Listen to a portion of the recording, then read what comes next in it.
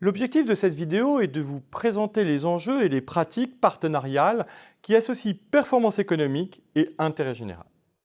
En fort développement en France depuis 5 ans, les alliances stratégiques deviennent à la fois un levier de performance et une contribution active aux défis sociétaux. Dans cette vidéo, nous allons évoquer successivement les défis mondiaux auxquels toutes les organisations publiques et privées sont confrontées, les leviers de performance des organisations, la manière dont les alliances stratégiques impactent à la fois la performance et l'engagement des acteurs publics et privés. En 2015, les États membres de l'ONU ont signé à l'unanimité l'agenda 2030 des objectifs de développement durable. Pour la première fois dans l'histoire, tous les gouvernements s'entendaient sur une vision transversale de nos défis communs, tout acteur, tout domaine, sur tous les territoires, ainsi que sur un agenda pour y répondre d'ici 2030. Conscient de la difficulté pour y parvenir, le 17e objectif fixé est celui du « faire alliance », pour inventer ensemble des réponses à la hauteur de ces défis. Aux côtés des acteurs politiques et du pouvoir d'agir individuel des personnes, la place des organisations publiques et privées est stratégique pour réussir le défi de réduire les fragilités tout en inventant de nouveaux moteurs de développement économique durable. Le nouveau paradigme de toutes les organisations est de réussir à équilibrer leurs performances avec la contribution aux défis communs. Pour les institutions, l'enjeu est de pouvoir mobiliser les acteurs de terrain sans lesquels aucun objectif ne pourra être atteint.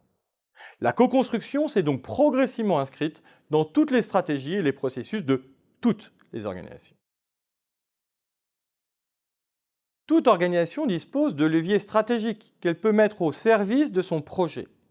Ils peuvent se regrouper autour de 4 enjeux pour assurer une cohérence globale de son action.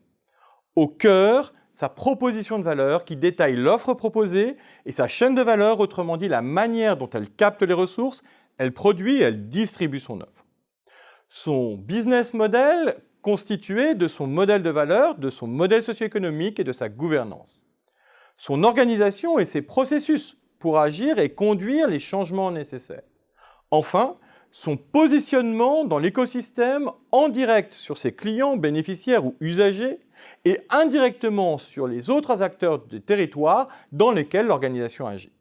C'est par rapport à ces 4 enjeux qu'il est possible de comprendre l'utilité de faire alliance. Faire alliance, ce n'est pas un objectif en soi. C'est une démarche apprenante qui est au service d'une finalité. En synthèse, il est possible d'en qualifier 4 principales. Définir une stratégie et une politique d'action équilibrée entre sa performance et son engagement face à nos défis communs, hybrider son modèle socio-économique, contribuer à l'innovation sociétale de son émergence à son déploiement, participer à des dynamiques territoriales qui sont source de confiance et de résilience. Le choix du mode de partenariat est fonction de sa finalité, des moyens mobilisables, mais aussi de sa maturité et de ses envies d'agir ensemble. L'Observatoire des partenariats suit les pratiques des organisations publiques et privées depuis 2008. 3 enseignements en synthèse. Tous les profils d'acteurs sont aujourd'hui impliqués, du plus petit au plus grand. Les territoires jouent un rôle de paillasse d'expérimentation pour apprendre à faire alliance et innover au plus près des besoins. Les modèles de partenariat se diversifient pour couvrir tous les domaines d'action et tous les enjeux d'une organisation, ses processus, son business model, ses produits et services et son positionnement. Aujourd'hui, 81% des Français, 92% des élus locaux, 83% des dirigeants d'entreprise, 97% et 98% respectivement des responsables d'associations et de fondations considèrent que le jouet collectif est nécessaire tant à court terme pour rebondir face à la crise qu'à moyen terme pour relever nos défis communs. Entre 2015 et 2021, le devoir d'alliance s'est progressivement transformé en envie d'alliance. La question n'est plus « faut-il faire alliance ?», mais « comment faire alliance ?»